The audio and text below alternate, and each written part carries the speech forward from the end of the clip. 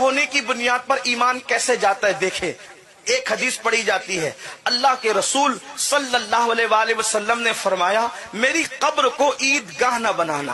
یہ حدیث ہے، ہم بھی مانتے ہیں، وہ بھی بیان کرتے۔ کیا کہا؟ میری قبر کو، توجہ آپ کی میری طرف، اب جن کو آنا تھا وہ سب آ گئے، توجہ فرمائیں۔ کیا فرمایا؟ میری قبر کو عیدگاہ مت بنانا، میری قبر کو عیدگاہ مت بنانا۔ اب حدیث تو ہے، ہم بھی مانتے ہیں، وہ بھی مانتے ہیں، لیکن جو وہ مخالف جو 1857 کے بعد پیدا ہوا تشریح یہ کرتا ہے کہ دیکھو اللہ کے رسول نے فرمایا میری قبر کو عیدگاہ مت بنانا۔ مطلب کیا؟ جیسے عیدگاہ پہ بھیڑ لگاتے ہو، جوک در جوک جاتے ہو، پابندی کے ساتھ حاضری دیتے ہو، ایسی میری قبر پر میرے مزار پہ نہ آیا کرنا، بھیڑ نہ لگایا کرنا، کیونکہ حضور نے فرمایا میری قبر کو عیدگاہ مت بنانا۔ میں کہتا ہوں اگر یہی اس کی تشریح ہوتی تو جتنی بھیڑ رسول اللہ کے آستانے پر روز لگتی ہے اتنی تو کسی کے عرس میں بھی لوگ نہیں پہنچتے۔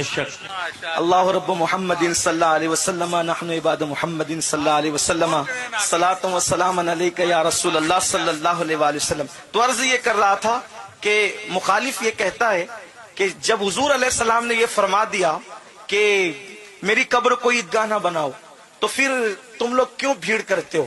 اگر یہی تشریح صحیح ہوتی تو اللہ کے رسول علیہ السلام کی بارگاہ میں تو اتنی بھیڑ لگی ہوتی ہے، اتنی بھیڑ پنج وقتہ نماز میں ہوتی ہے کہ اوروں کے عرس میں بھی اتنی بھیڑ نہیں جمع ہو پاتی۔ تو پھر تشریح تو یہ نہ ہوئی۔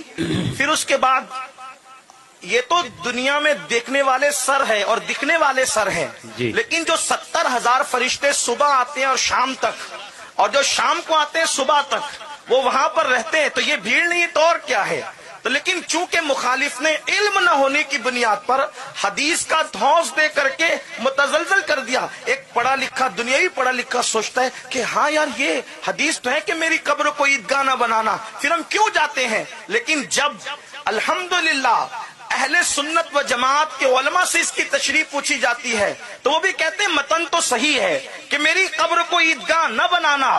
مطلب کیا ہے؟ یہ نہیں کہ بھیڑ نہ لگانا، یہ نہ کرنا، وہ نہ کرنا، بلکہ پھر عشاق یوں تشریح کرتے ہیں اپنے اس علم کی روشنی میں جو ان کے پاس 1450 سال کا سرمایہ موجود ہے، صفا کے چبوترے سے جن کے علم کی کڑیاں ملتی ہے، باب مدینۃ العلم سے جن کو علوم کے فیوز و برکات ملتے ہیں، وہ کہتے ہیں آقا نے یہ ضرور کہا کہ میری قبر کو عیدگاہ نہ بنانا۔ مطلب یہ نہیں کہ بھیڑ نہ لگانا، بلکہ یہ فرمایا کہ نیک سے نیک، متقی سے متقی، پرہیزگار سے پرہیزگار انسان جب عیدگاہ جاتا ہے تو سال میں صرف 2 مرتبہ جاتا ہے۔ پوچھئے غازی ملت سے، عمر تمام ہو گئی دین کی دعوت دیتے دیتے، لیکن 2 بار کے بعد کبھی تیسری بار اہتمام سے جاتے ہیں کیا؟ پوچھئے حضور علوی صاحب سے، پوچھئے حضور دادا باپو سے، پوچھئے پیر باپو سے، اتنے پرہیزگار لوگ کیا کبھی سال میں 2 بار کی جگہ تیسری بار جاتے ہیں؟ میں خود ایک عیدگاہ کا خطیب امام ہوں،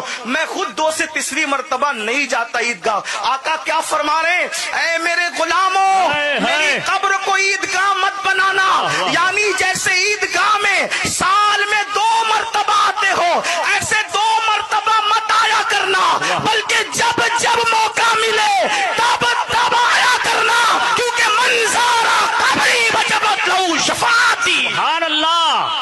ہر عبادت پر ثواب ملتا ہے، قبر رسول کی زیارت پر، مزار مصطفیٰ کی زیارت پر شفاعت کا مزدہ نصیب ہوتا ہے۔ اور بلکہ یہاں تک فرمایا ہو سکے تو مدینے میں مرو، جو مدینے میں مرے گا میں اس کی شفاعت کروں گا، اس کے ایمان کی گواہی دوں گا۔ تو علم نہ ہونے کی بنیاد پر اگر ارتداد پھیل رہا ہے تو علم کو عام کیا جائے، اور علم کو عام کرنے کے لیے بہترین ادارے قائم کیے جائیں۔ پردہ کی